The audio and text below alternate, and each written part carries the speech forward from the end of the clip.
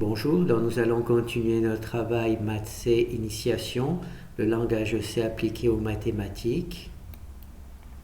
Alors c'est un wikibook. Nous sommes dans le répertoire, dans le chapitre Les bases du C de Genoplot. Alors on a vu précédemment, dans la vidéo précédente, les fonctions en langage C. Et parmi le travail qu'on a fait, on a travaillé sur la création d'une liste, sur une double liste de nombres, avec sur la gauche la liste des X et sur la droite la liste des Y. Et je vous ai promis que nous allons voir comment afficher cette liste de nombres avec Genoplot. Donc c'est maintenant que l'on va s'y attaquer. Alors la première chose à faire, on va regarder, voilà, pour dessiner la liste une liste de nombres, il faut mettre cette liste de nombres dans un fichier que l'on va appeler data. J'ai choisi de mettre un nom de fichier sans extension, c'était simplement plus rapide. Et on utilise la commande plot comme pour précédemment, et ensuite à la place du nom de la fonction, on marque le nom du fichier que l'on veut afficher. Donc la première chose à faire, c'est donc de créer un fichier data. Donc on sélectionne la liste de nombres. Voilà. Et donc là on a notre liste de nombres dans un fichier. On va l'enregistrer. Pour faire les choses simples, on va le mettre dans le répertoire C, là où il y a nos fichiers C. Alors on va faire data et on enregistre. Voilà. Et maintenant, on a dans notre répertoire C, là où c'est qu'il y a nos fichiers, on a un fichier qui s'appelle data avec la liste de nombres que l'on veut afficher. Alors, on va lancer Genoplot, mais avant de lancer Genoplot, puisque l'on va travailler dans le répertoire C, il faut mettre Genoplot dans le répertoire C. Alors pour ça, pour Linux, c'est un cas particulier. Il faut utiliser cette commande. Alors ici, on avait le répertoire dans lequel travaillait Genoplot. Maintenant, ce nouveau répertoire est un peu plus long. C'est Documents et Répertoire C, le répertoire dans lequel vous avez vu que j'ai mis le fichier data. D'accord? Et maintenant, je peux lancer Genoplot. Pardon. Voilà. Maintenant, j'ai bien mon Genoplot qui est dans le bon répertoire. Alors je vais récupérer la commande pour afficher le fichier. Voilà, et donc là j'ai ma commande qui affiche la liste de points qui sont dans le fichier data. D'accord? Alors c'est pas comme il y a très peu de points, j'ai mis très peu de points tout simplement pour éviter de mettre 1000 points dans le wikibook, ce serait un petit peu ennuyeux. Donc là, si on veut juste afficher les points, on fait la commande la plus simple possible, juste rajouter data. On pourrait bien entendu rajouter une fonction plus data, il n'y a pas de souci. Hein. Alors là, on va rajouter, on va faire en sorte que les points soient reliés par des lignes. Donc il y aura double chose, il y aura les points et la ligne. Pour ça, il faut rajouter la commande with, line, and point. Voilà, et les points, la ligne et les points.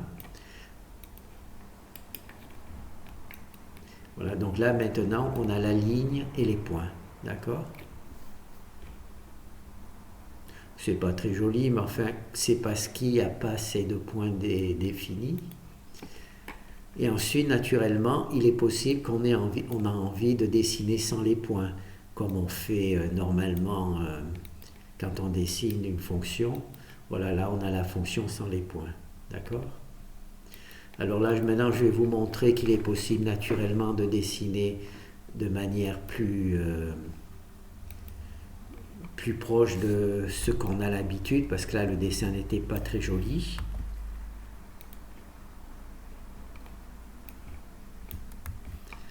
Alors, ce qu'on va faire, c'est qu'on va dessiner les points comme là, il y avait à peu près une dizaine de points, je ne sais pas, je ne les ai pas comptés, mais enfin une dizaine. Là, en rajoutant un 0 ici, je multiplie par 10 le nombre de points. Donc, vous allez voir, il va y avoir beaucoup plus de points.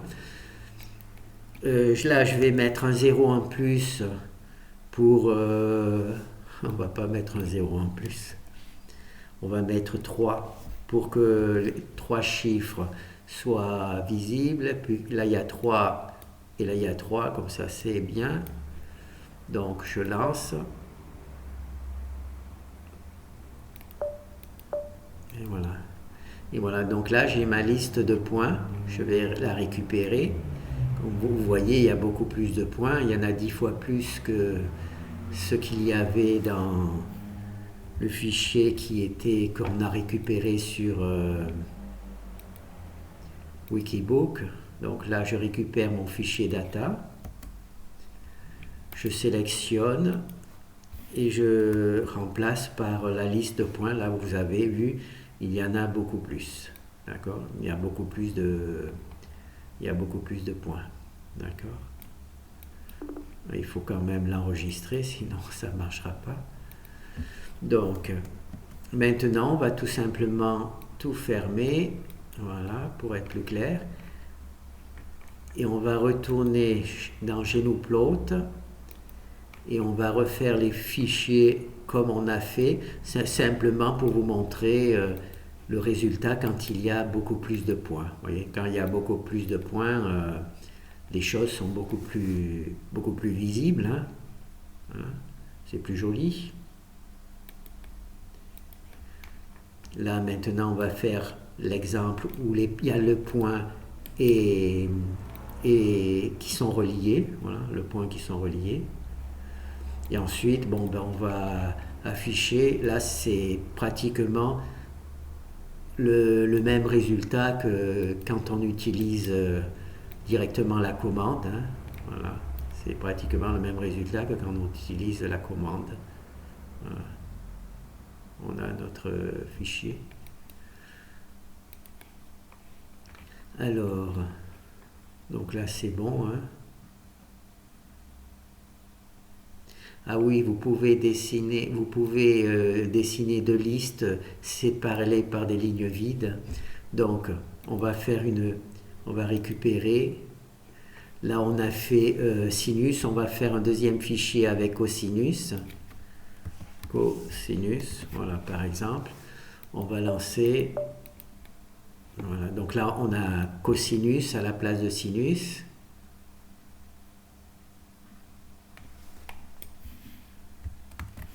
On va reprendre notre fichier, comment il s'appelle?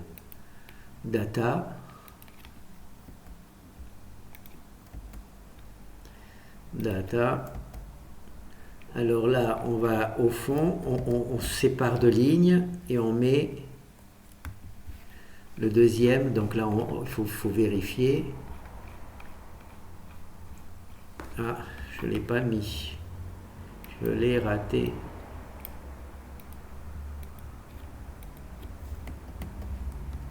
Voilà. Donc là, j'ai mon premier listing séparé par une ligne ou deux, hein, une ligne ou deux. Et là, j'ai mon deuxième listing et donc on va dessiner les deux fonctions. D'accord? On va enregistrer. On ferme. On ferme. Ici, on fait disparaître. Donc là, vous avez vu, j'ai fait une fois cosinus, une fois sinus. Alors, maintenant, on va récupérer ça, on ferme aussi. On va aller voir une commande. On va prendre celui-là hein, directement. Voilà, donc là, on a les deux fonctions. Donc là, dans le fichier data, on a la fonction sinus et cosinus. Donc, on pourrait rajouter autant de trucs. Naturellement, le souci est qu'on n'a plus comment dire, le détail de ce qui est dessiné. D'habitude, il y a le sinus, enfin il y a le nom de la fonction qui est dessiné. Là, c'est juste le fichier data qui est dessiné. D'accord?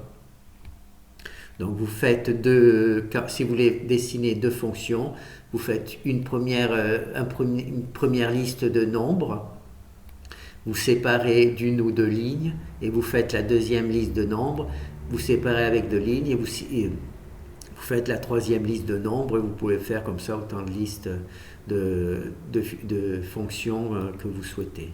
Voilà. Je pense qu'on aura un petit peu tout vu. Ah oui, pour information, pour initialiser le répertoire dans Windows, il faut utiliser la commande Change Directory. C'est une commande, un petit icône, il faut taper dessus et là vous choisissez directement votre répertoire. Ça c'est pour Windows. Pour Linux, il faut utiliser la commande CD qui permet de changer le répertoire.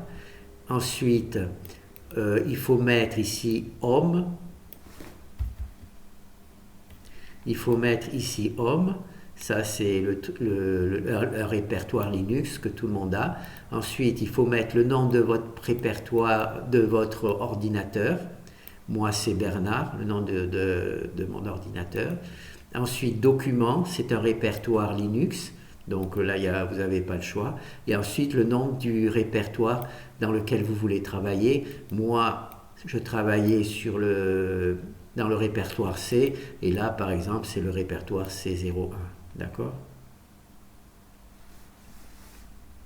Il faut installer le répertoire, bien sûr, avant de taper Genoplot, avant de s'installer. Donc, vous commencez par vous installer dans le bon répertoire et ensuite vous appelez Genoplot. Voilà.